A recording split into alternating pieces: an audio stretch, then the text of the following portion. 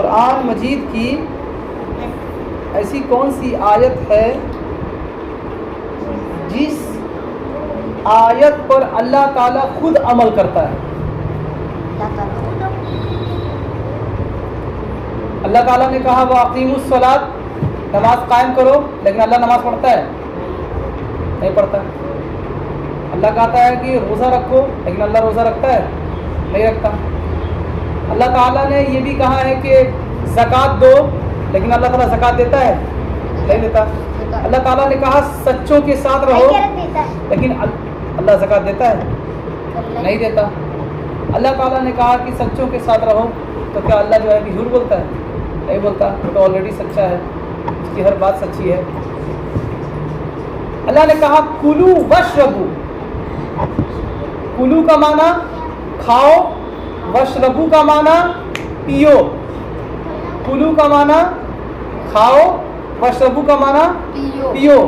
کلو وشربو، اللہ نے یہ بھی کہا کہ کھاؤ اور پیو، تو اس کا مطلب کیا ہوا کہ ہم اللہ تعالیٰ کی باتوں پر عمل کرتے ہیں۔ لیکن ایک ایسی آیت شریف ہے جس میں اللہ تعالیٰ نے ہم کو بھی کہا ہے وہ کام کرنے کے لیے، اور وہ کام اللہ تعالیٰ خود کرتا ہے۔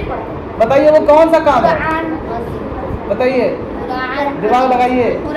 وہ آیت جو ہے کہ قرآن شریف کے 22 یس، ہاں، درود پاک، صحیح جواب دیا اس نے۔ اللہ رب العزت بڑا مہربان رحم والا ہے، ہر کام ہم کو کرنے کے لیے دیا، کہا ہے، آرڈر کیا ہے، ہم کو آدیش دیا ہے، لیکن وہ خود نہیں کرتا۔ لیکن ایک ایسا کام ہے کہ وہ ہمیں بھی کہتا ہے وہ کام کرنے کے لیے، اور وہ خود بھی کرتا ہے، اور وہ ہے درود پاک۔ اور اس کا ثبوت کیا ہے؟ 22ویں پارے میں سورہ احزاب، سورہ احزاب میں اللہ تعالیٰ ارشاد فرماتا ہے ان اللہ وملائکتہ یصلون علی النبی یا ایھا الذین آمنوا صلوا علیہ وسلموا تسلیما۔ پڑھو درود پاک، اللہم صل علی سیدنا شفیعنا حبیبنا نبینا مولانا محمد وعلی آل محمد وبارک وسلم صلاۃ و سلام علیک رسول اللہ صلی اللہ تعالی علیہ وسلم۔ قرآن کریم نے بہت سے احکام دیے، بہت سارے کام کرنے کے لیے ہم کو دیے، لیکن کبھی یہ نہیں کہا کہ ہم بھی ایسا کرتے ہیں تو تم بھی ایسا کرو، فرشتے بھی یہی کرتے ہیں تم بھی ایسا کرو۔ مگر درود پاک کا حکم کیسا ہے؟ اس کے لیے سب کچھ فرمایا گیا ہے۔ بات یہ ہے کہ جس چیز کا حکم اہتمام سے جو ہے کہ دنیا میں ہوتا ہے تو بادشاہ بھی اسے کرتا ہے، ہم بھی ایسا کرتے ہیں۔ ہمارے جتنے کام ہوتے ہیں، دولت بھی اور ہمارے رعایا، مطلب جو کچھ بھی ہے، اللہ ہم ہر کام کرتے ہیں لیکن اللہ نہیں کرتا۔ ہم سوتے ہیں، اللہ نہیں سوتا۔ ہم کھاتے ہیں، اللہ نہیں کھاتا۔ ہمارے پاس 2 ہاتھ ہیں، اللہ کے پاس ہاتھ نہیں ہے۔ ہمارے پاس 2 آنکھیں ہیں، اللہ کے پاس آنکھیں نہیں ہیں۔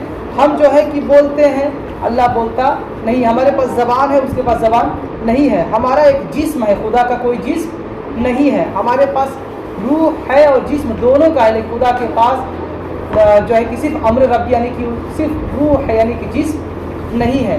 ہم ختم ہو سکتے ہیں اور ختم ہو جائیں گے، لیکن خدا کبھی ختم نہیں ہوگا۔ ہم جو ہے کلو نفس ذائقۃ الموت کے دائرے میں ہے، ہر نفس کو موت کا مزہ چکھنا ہے۔ ہمیں موت آ سکتی ہے، لیکن اللہ تعالیٰ حی القیوم ہے۔ اللہ لا الہ الا هو الحی القیوم لا تأخذہ سنۃ ولا نوم۔ اللہ وہی ہے جو ہمیشہ سے زندہ ہے، قائم ہے، دائم ہے، نہ اسے نیند آتی ہے نہ اسے اونگ آتی ہے۔ ایسا صرف کام ایک ہی وہ کام ہے، اور وہ ہے درود پاک۔ اور درود پاک صرف اور صرف نبی پاک صلی اللہ تعالیٰ علیہ وآلہ وسلم کے لیے ہی پڑھی جاتی ہے درود پاک۔ بات سمجھ آ رہی کچھ؟ تو درود شریف کا مرتبہ کیا ہے؟ اب یہاں سے سنیے، دیکھیے کیا ہے۔ اگر کوئی شخص کوئی دعا نہ مانگے، دھیان سے سنا، جتنے بھی لوگ ہیں غور سے سنیے، اگر کوئی شخص دعا نہ مانگے، اگر کوئی شخص کوئی دعا نہ مانگے، ہر وقت درود پاک پڑھا کرے۔ اگر کوئی شخص ہاتھ اٹھا کے اللہ تعالیٰ سے دعا نہ مانگے، ہر وقت درود پاک پڑھتا رہے اور پڑھا کرے، تو انشاءاللہ تعالیٰ اسے کسی بھی دعا مانگنے کی ضرورت نہیں پڑے گی۔ تو سبحان اللہ۔ اگر کوئی شخص ہاتھ اٹھا کر دعا کرنا مطلب وہ بھول جاتا ہے یا نہیں کر پاتا یا اس کی عادت میں نہیں ہے، ہیبٹ میں نہیں ہے، لیکن وہ روزانہ اٹھتے بیٹھتے چلتے پھرتے درود پاک پڑھتا ہے. اگر کوئی شخص کوئی دعا نہ مانگے لیکن وہ ہر وقت درود پاک پڑھتا ہے تو انشاءاللہ تعالیٰ اسے کسی دعا کے مانگنے کی ضرورت ہی نہیں ہوگی.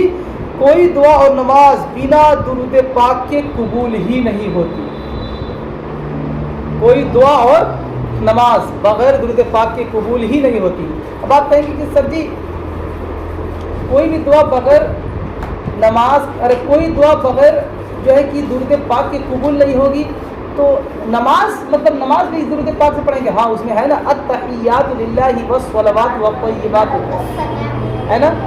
اور آخر میں کیا پڑھتے ہیں؟ اللہم صلی علی محمد وعلی آل محمد کما صلیت علی ابراہیم وعلی آل ابراہیم انک حمید مجید. یہ کیا ہے؟ درود پاک ہے نا. پھر پڑھتے اللہ بارک علی محمد وعلی آل محمد کما بارکت علی ابراہیم وعلی آل ابراہیم انک حمید مجید. جب یہ دونوں پڑھ لیتے ہیں اور تحیات کے بعد بھی دعائیں معصورہ پڑھ لیتے ہیں تو کیا کہتے ہیں؟ السلام علیکم ورحمۃ اللہ. پھر السلام علیکم ورحمۃ اللہ. یہ کس کو کہتے ہیں؟ ہم کرام الکاتبین کو کہتے ہیں نا السلام علیکم ورحمۃ اللہ. لیکن جب ہم التحیات پڑھتے ہیں تو اس میں ایک لفظ آتا ہے، آپ لوگ غور کرتے ہوں گے جب نماز پڑھتے، جو لوگ نماز پڑھتے ہیں بتا رہا ہوں، التحیات للہ والصلوات والطیبات والسلام علیک ایھا النبی. کیا پڑھتے ہیں اس میں؟ التحیات للہ والصلوات والطیبات السلام علیک یا ایھا النبی. اس میں کیا آیا؟ السلام علیک یا ایھا النبی. اب یہاں سے سمجھنا نبی نہیں آتا ہے تو بہت لوگ کاٹ دیتے ہیں. ورحمۃ اللہ تعالیٰ برکاتہ والسلام علینا علی عباد اللہ الصالحین واشهد ان لا الہ. لا پہ انگلی اٹھے گی اور لا پہ انگلی گرے گی. اشهد ان لا الہ الا اللہ واشهد ان محمد عبدہ ورسولہ. یہ پڑھیں گے. تو ساری باتوں کا اصل مقصد یہ ہے کہ درود پاک اگر کوئی پڑھتا رہتا ہے تو اسے کوئی دعا مانگنے کی ضرورت ہی نہیں پڑے گی. کوئی دعا مانگنے کی ضرورت نہیں پڑے گی کیونکہ درود پاک بہت بڑی چیز ہے. یہاں تک کہ اللہ تعالیٰ خود درود پاک پڑھتا ہے. اللہ تعالیٰ خود درود پاک پڑھتا ہے. آگے سنیے.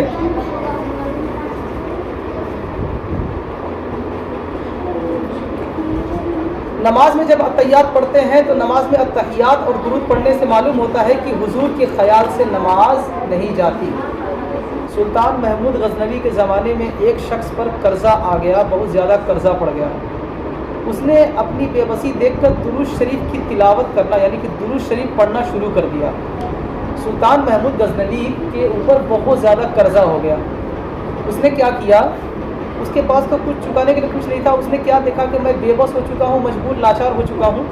اس نے کیا کیا کہ وہ درود پاک کی کثرت کرنے لگا. کثرت کا معنی وہ درود پاک خوب پڑھنے لگا.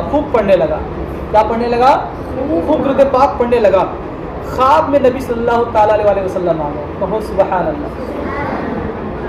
اس کا مطلب اس نے درود پاک ایک بار دو بار تین بار پڑھا تب نہیں آیا، خوب پڑھنے لگا مطلب درود پاک خوب پڑھنے لگا. تب خواب میں نبی صلی اللہ علیہ وسلم آئے اور آ کر بولے، یعنی کہ نبی صلی اللہ علیہ وسلم کا حکم ملا.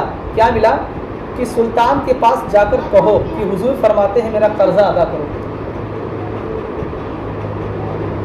نہیں سمجھے؟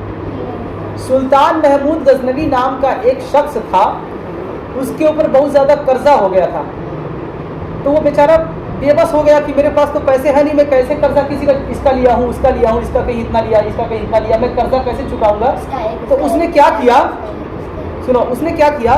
اس نے خوب راتوں دن ایک کر کے درود پاک پڑھنا شروع کر دیا. کون؟ سلطان محمود غزنوی نے درود پاک پڑھنا شروع کر دیا اور جا کر کے درود پاک پڑھنا شروع کر دیا. پڑھتے مطلب ایک دم مست ہو گیا اور اچانک وہ سو گیا. خواب میں نبی صلی اللہ علیہ وسلم آئے اور آ کر کے سلطان محمود غزنوی سے کہے، مطلب اسی سے کہے جس کے اوپر قرضہ تھا، بولے کہ اے سلطان محمود غزنوی، تم جاؤ، تم جس راجا سے یعنی جس سے تمہارا قرضہ جو ہے کہ زیادہ ہو گیا، تم جا کے اس سے کہہ دو کہ میرے حضور کا قرضہ تم معاف کر دو.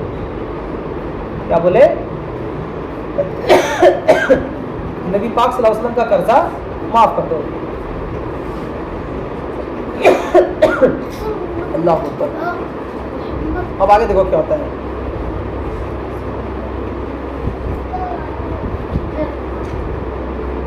اور نشانی یہ ہے کہ تم مجھ پر فجر سے پہلے درود پڑھتے ہو جس کی کسی کو خبر نہیں، وہ قبول ہے۔ وہ سلطانی دربار میں گیا۔ کون گیا؟ سلطان محمود غزنوی، اور اپنا خواب سلطان سے عرض کیا۔ سلطان وجد میں آ کر اس کا ایسا طواف کرنے لگا جیسا حاجی کعبے کا طواف کرتا ہے۔ پھر اس شخص نے اپنے قرضے کا پورا قصہ بیان کیا۔ بادشاہ نے خزانچی کو حکم دیا کہ اس کا سارا قرضہ ہمارے طرف سے اس کو ادا کر دو اور معاف کر دو۔ خزانچی نے وجہ پوچھی تو بادشاہ نے کہا کہ یہ قرضہ میں ادا کروں گا۔ قاضی کو خبر ملی تو بولا یہ قرضہ میں ادا کروں گا۔ قرض خواہوں نے سنا تو کہا ہم قرضہ معاف کرتے ہیں، یہاں تک کہ سارے لوگوں نے قرضہ معاف کر دیا۔ یہ ہے درود پاک کی کثرت، اور درود پاک پڑھنے والا کبھی بھی قرض دار نہیں ہو سکتا، کیونکہ درود پاک خود میں ایک ایسی بڑی دولت ہے جس کا کوئی قرضہ چکا ہی نہیں سکتا۔ تو آج سے کتنے لوگ درود پاک پڑھنا بند کر دیں گے؟ نہیں بند کر دیں گے۔ آپ نے ادھر سے ہاتھ اٹھا رہی تھی، ایسے کریے۔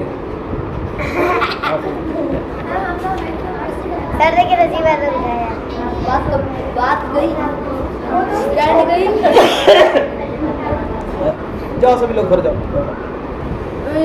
جاؤ جاؤ جاؤ۔ ایک واقعہ اور کچھ نہیں ہوا کیسے؟ ایک واقعہ اور 10 منٹ تو ہے، ایک واقعہ اور 10 منٹ ہے۔ اچھا بتاؤ 5 بجنے والے ہیں، ابھی تک دھوپ جو کتنی تیز ہے؟ جائیں بیٹ بال کھیلنے کے چکر میں ہمارے بھی سر صبح کا کروا دیتے ہیں۔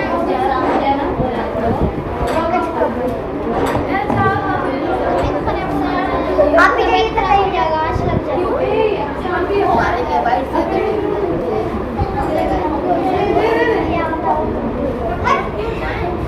جاؤ جاؤ۔ سر ایک واقعہ اور